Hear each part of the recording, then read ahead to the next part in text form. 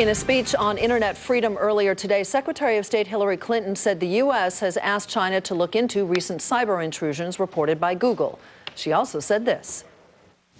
Countries or individuals that engage in cyber attacks should face consequences and international condemnation.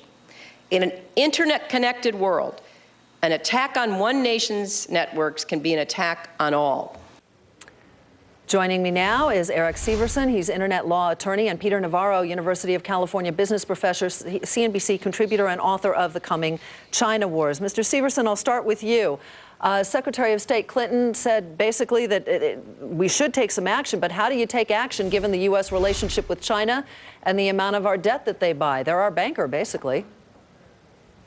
That is a very interesting question, and I was struck by the fact that Secretary Clinton brought up that there should be consequences, but did not enumerate what those consequences would be. And it is true, it's hard to insult your banker in public, so it remains to be seen how strong a stance the State Department will take with regard to China in these latest cyber attacks. And Peter, I know we had you on the other day, and you were saying basically, you know, this could lead to a trade war. You really feel strongly that this should be declared as an act of war, correct?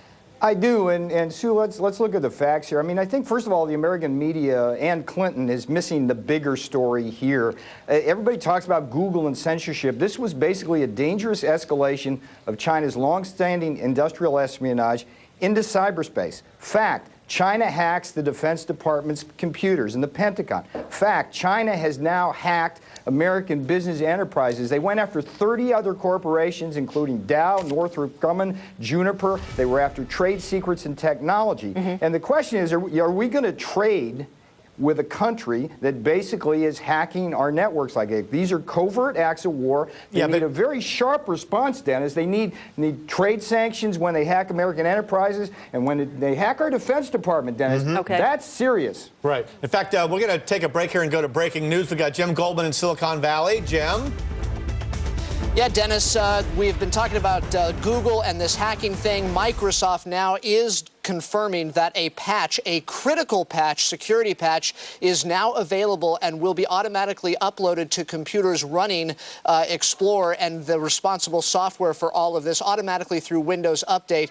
If you don't have that capability, Microsoft is recommending that you update your software immediately by going to a website. Go to Microsoft.com for further indications on what to do next. But indeed, Microsoft taking responsibility for this security breach and now issuing a patch. There will be a conference call at 1 o'clock Pacific time this afternoon to talk further about what the ramifications are, what this software is, what the hole was, how it was created, how it was exploited, and again, how you can protect yourself. But indeed, this is a significant problem, and Microsoft is now taking the steps to address it.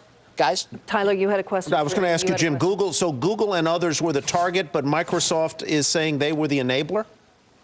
Well, yeah, indeed, Google was the target of this, but yeah, essentially that's the case. Once you use Google and you go ahead and go onto the web and you're using this software, whether it's running automatically on your computer in the foreground or in the background, there is an opening that people could exploit, and that's apparently how these Chinese hackers were able to break through. Thank you for the fix, Microsoft. I just wish you would have sent that patch 2 or 3 months ago before all this happened. But let's go back to the debate. Peter Navarro, I had a follow-up for you. You were just pointing out that China allegedly had hacked Google. It hacked 34 other companies. But you know what? Allegedly, Dennis? Allegedly?